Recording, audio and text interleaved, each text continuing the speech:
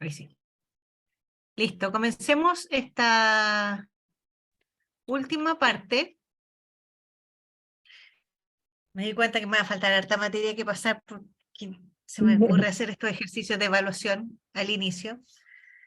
Así que lo que vamos a ver ahora es cómo se desarrolla un procedimiento en general a través de esta ley de procedimiento administrativo que establece para estas 3 etapas que fuimos revisando distintos requisitos. Y solo para que lo tengamos en antecedentes y así mañana pasamos lo referido a la ley de transformación digital de manera muy sucinta y nos vamos a ir a un ejercicio, porque mañana es taller de trabajo. Entonces, ¿cómo se inician los procedimientos? Dijimos primero hay una etapa de presentación. Se pueden, dice, iniciar por solicitud u oficio.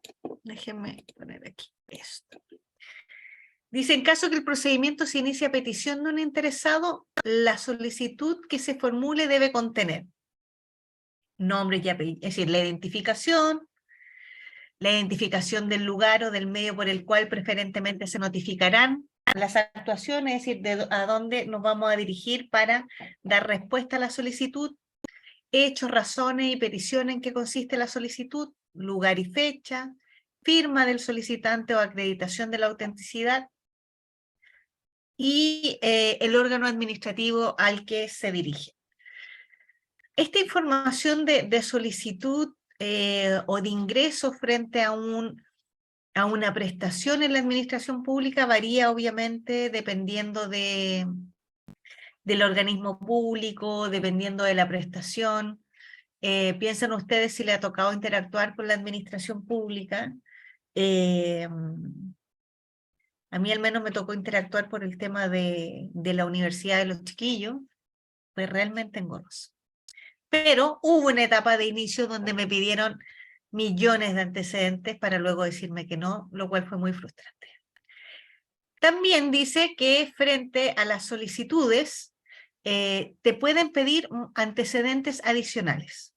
Dice, si la solicitud de iniciación del procedimiento no reúne los requisitos suficientes, se podrá solicitar al interesado que subsane la falta o acompañe los documentos respectivos, es decir, que complemente la solicitud, que entregue mayores antecedentes o que acompañe otros documentos que permitan obtener la información que se requiere, indicándole que si no lo hace en un plazo breve, se estimará que desistió de su petición y que en consecuencia no se seguirá tramitando la solicitud. Por otra parte, el servicio puede solicitar al interesado la modificación o mejora voluntaria de su solicitud, dejando constancia de ello en acta. ¿Qué quiere decir? Que frente a una petición, el organismo público puede solicitar subsanar porque no se entiende la petición, o puede solicitar complementar porque frente a esa petición se requieren de nuevos documentos. Pero lo más interesante que dice aquí es que en este primer filtro, donde yo estoy revisando y validando esta petición, tengo que establecer un plazo para que responda esta solicitud, porque si no, esta solicitud dice puede quedar abierta eternamente. Entonces se establece también un plazo de respuesta frente a esta petición que hace el organismo de la administración pública para seguir tramitando esta solicitud. Entonces uno ya está viendo que hay ciertos plazos que empiezan a incorporarse en estos procesos de trabajo. Dice que también en ciertos casos la autoridad pertinente puede dictar ciertas medidas provisionales para asegurar la eficacia de la decisión que vaya a recaer en materia de gestión. Y aquí hay un ejemplo para saber de qué estamos hablando. Frente a una solicitud de autorización para demoler un edificio que se encuentra en riesgo de derrumbe, la autoridad puede ordenar medidas provisorias de protección para cautelar la seguridad de quienes transitan por el lugar. En todo caso, dice, no se podrán adoptar medidas provisionales que puedan causar perjuicio a los interesados o que impliquen violación de derechos amparados por las leyes. Las medidas provisionales podrán ser alzadas o modificadas durante la tramitación del procedimiento cuando se estime que ellas hayan dejado de ser necesarias. Es decir, tienen fecha límite. En todo caso, estas medidas provisionales dejarán de tener efecto al momento de dictarse la resolución que ponga fin al procedimiento. Es decir, siempre tienen una fecha límite, siempre tienen una fecha de caducación estas medidas provisionales, que puede ser hasta que finalice el procedimiento o puede ser durante ciertas etapas de este procedimiento. Lo importante es que debe informarse y lo importante que dice acá es que también no debe perjudicar a los terceros que puedan verse afectados con estas medidas. Y estaba pensando en el comercio cuando se arreglan las calles y a veces cierran como todos los comercios a los lados, que les ponen como unas sendas como sábanas donde uno no puede, y esos locales dejan de atender. Estaba pensando, ¿qué pasa en esas circunstancias? No lo sabremos ahora, pero ahí hay medidas provisionales. Otro tema interesante, y esto es para que vayan pensando en cómo pueden desarrollarse estos procesos, donde vimos que puede ser una solicitud a una súper, como lo estábamos viendo, o que puede ser una solicitud de acceso a la información, o que puede ser otro tipo de petición, o otro tipo de proceso. También estos procedimientos, dicen, se pueden acumular o desacumular. El órgano administrativo que no inicie un trámite o procedimiento, dice, puede acumular el expediente a otros semejantes o conexos, cuando sí lo estime oportuno, e igualmente puede disponer su desacumulación. ¿Qué significa? Que los puede conectar con procesos similares del mismo usuario o de casos similares con otro usuario, dependiendo de las necesidades que se busquen. Pueden conformarse series documentales. Muchas gracias, Constanza.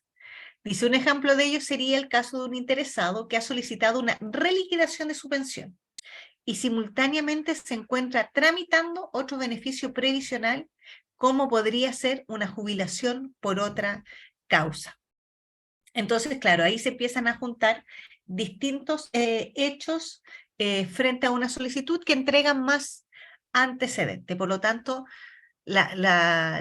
uno como requiriente ya puede tener como una hoja de vida al interior de las instituciones con todas estas peticiones que se está solicitando. Entonces, esto es el ingreso. Hay una solicitud, hay una etapa de admisibilidad, se puede subsanar o se puede complementar, se pueden tomar medidas provisorias dentro de una decisión, y estas peticiones también se pueden acumular con otros hechos que puedan estar relacionados. ¿Cómo se desarrollan los procedimientos? La ley dice, llama a instruir el procedimiento al conjunto de actuaciones que tienen por objeto la determinación, conocimiento y comprobación de los hechos en que deba fundarse la resolución. En general, estos actos se realizarán de oficio, por propia iniciativa, por el órgano que tramite el procedimiento, sin perjuicio del derecho de los interesados de solicitar otras actuaciones que requieran de su intervención.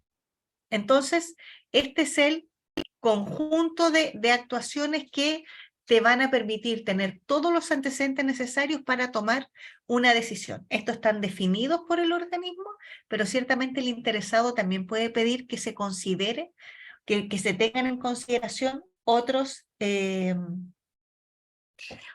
actuaciones. La prueba. La prueba son los datos o hechos que van a servir de fundamento a la decisión de un procedimiento. Deberán comprobarse por los medios de prueba típicos en derecho, documentos, declaraciones, informes. Bueno, esto depende tanto del tipo de procedimiento que estemos viendo.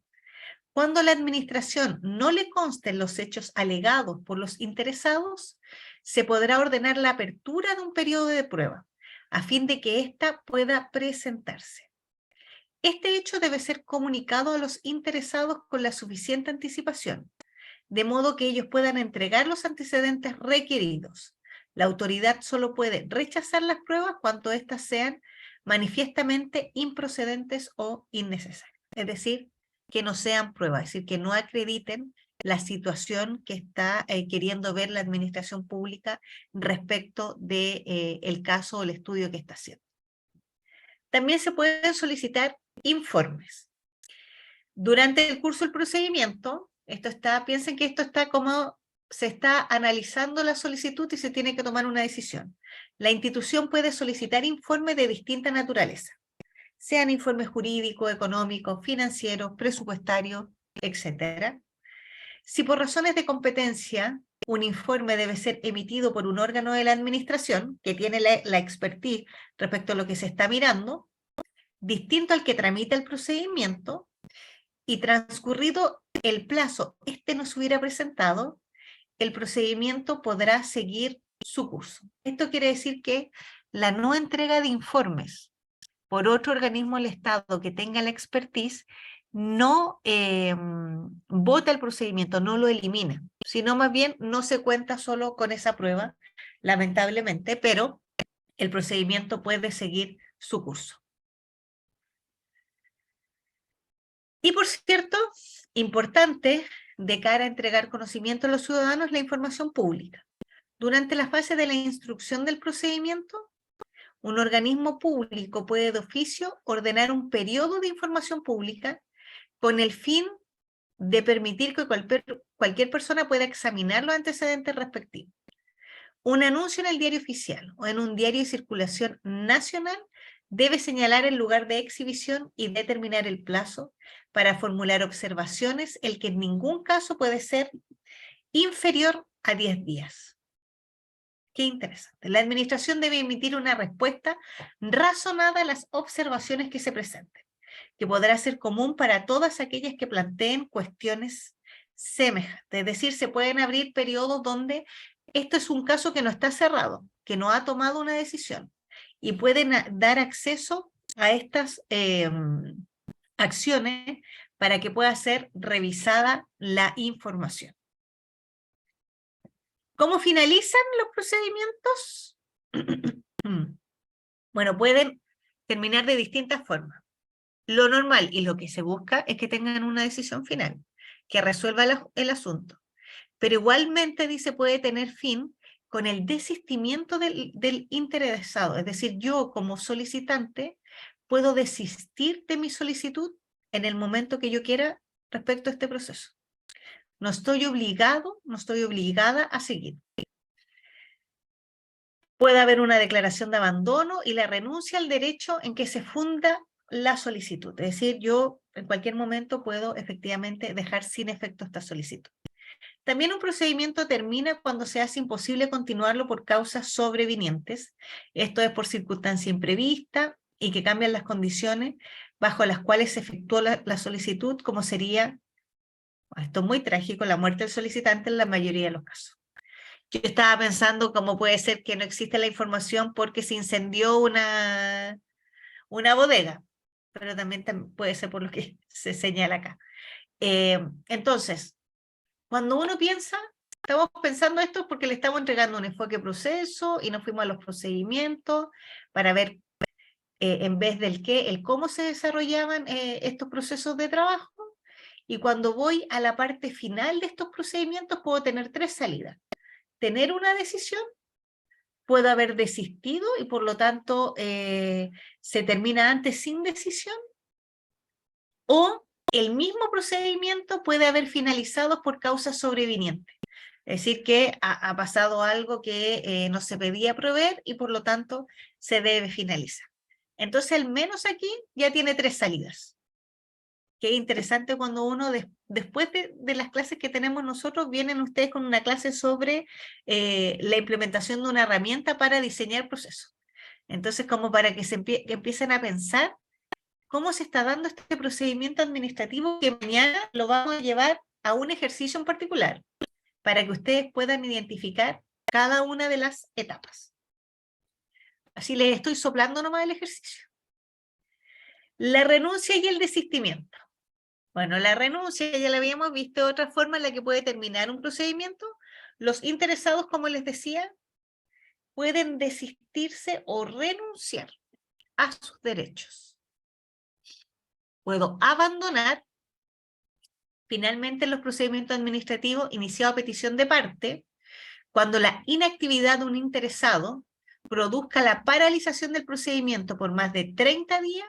La administración deberá advertirle que si no efectúa las diligencias que corresponden, declarará el abandono de la gestión, lo que significa que no se pronunciará sobre la solicitud y el expediente se archivará. Entonces uno dice, estoy gestionando la solicitud, le estoy solicitando información, nueva información al requerente, el requerente no se pronuncia dentro del plazo, yo puedo darle una advertencia que eso no se pronuncia, este caso se archivará y por lo tanto da cuenta del abandono del requerente respecto a la solicitud que hizo y el caso se archiva.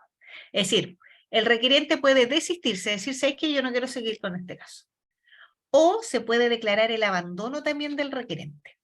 Esa es otra forma y ahí se nos empieza a abrir este árbol de formas de terminar un procedimiento. ¿Cuáles son los contenidos que debe tener la resolución, que es donde se formaliza la decisión? La resolución es la que pone fin a un procedimiento y que debe decidir sobre las cuestiones planteadas. La resolución dice debe ajustarse a las peticiones formuladas por este sin que en ningún caso pueda agravar su situación inicial. Es decir, si se pide que revise una condición, se pide que revise o estoy solicitando el pago de mis licencias médicas, en ningún caso podría ser un efecto negativo o retroactivo sobre lo que yo ya tengo. Las resoluciones deben expresar además los recursos que contra la misma procedan. ¿Esto qué te dice? Si usted no está de acuerdo con la decisión, usted puede recurrir a una superintendencia, usted puede recurrir a tribunales, pero tiene que decirle cuáles son los mecanismos, los recursos que tiene el usuario para poder, si no está de acuerdo con la decisión, hacer exigible una nueva revisión. Y debe señalar cuál es este proceso. En el caso de las solicitudes de acceso a la información en la administración pública, si el ciudadano o el organismo público no está de acuerdo con la decisión que toma el Consejo para la Transparencia cuando dice entregue la información o no entregue la información, tiene que el Consejo para la Transparencia está obligado a informar cuáles son los recursos que tiene el usuario para poder, para pedir que se revise nuevamente la decisión del Consejo, que esto es acudiendo al tribunal en segunda instancia.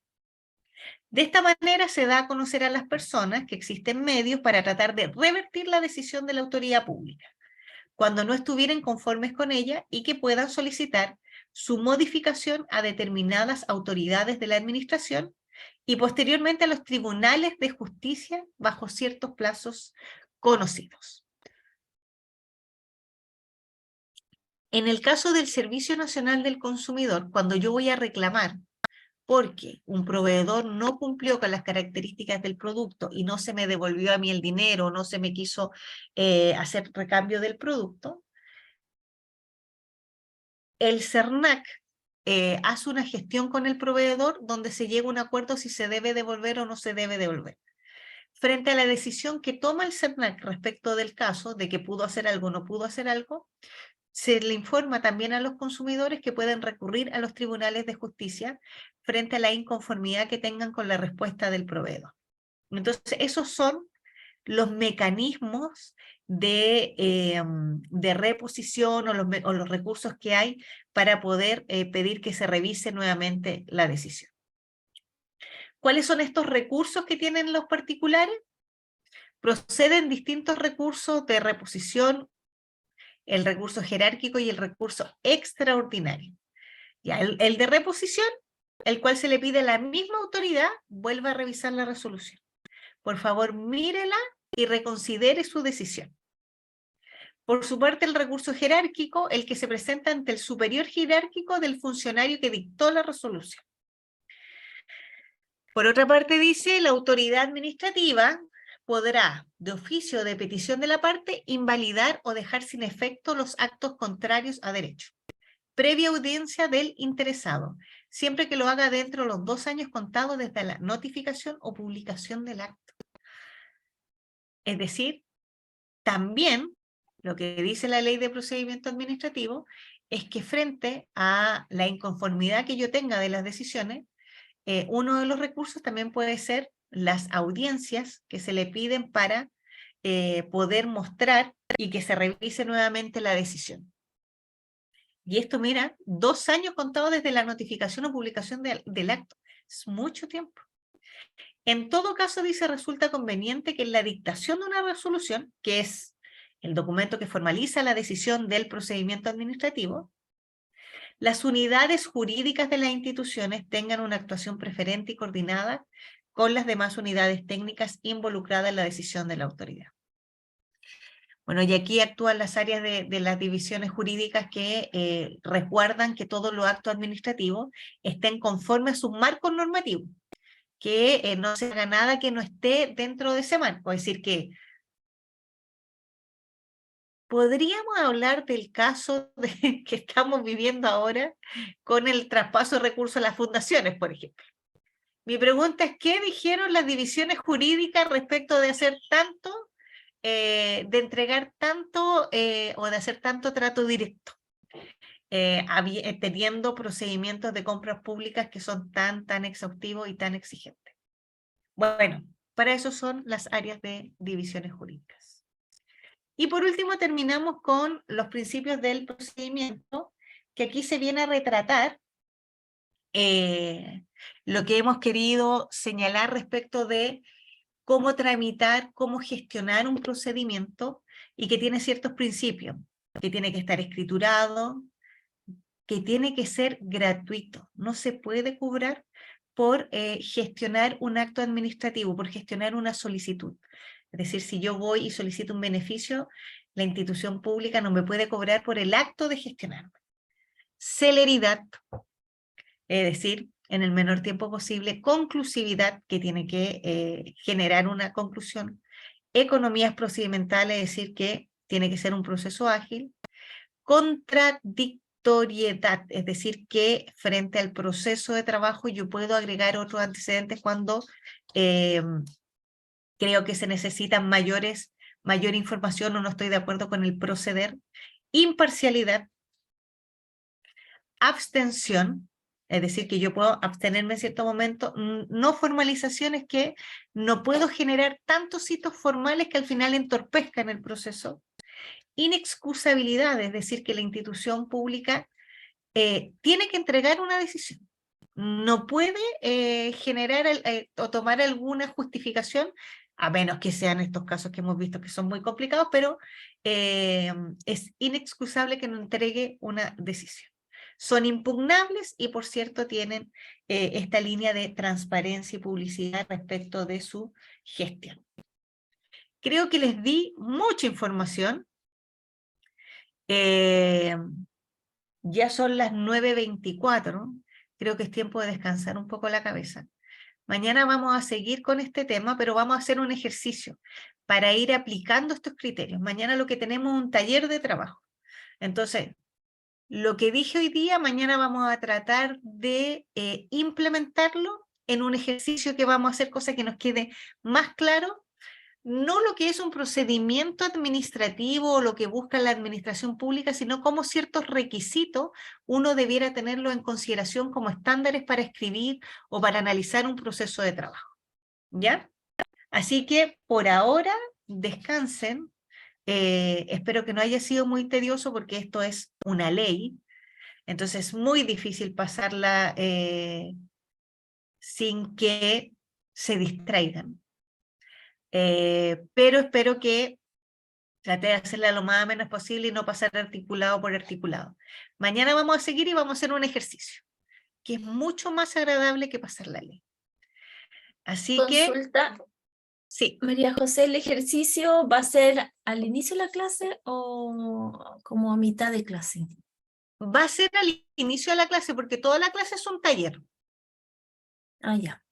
Ahora vamos a estar los primeros 15 minutos un poco para recordar, recordar ciertos criterios, explicar el ejercicio y luego nos vamos a ejercicio.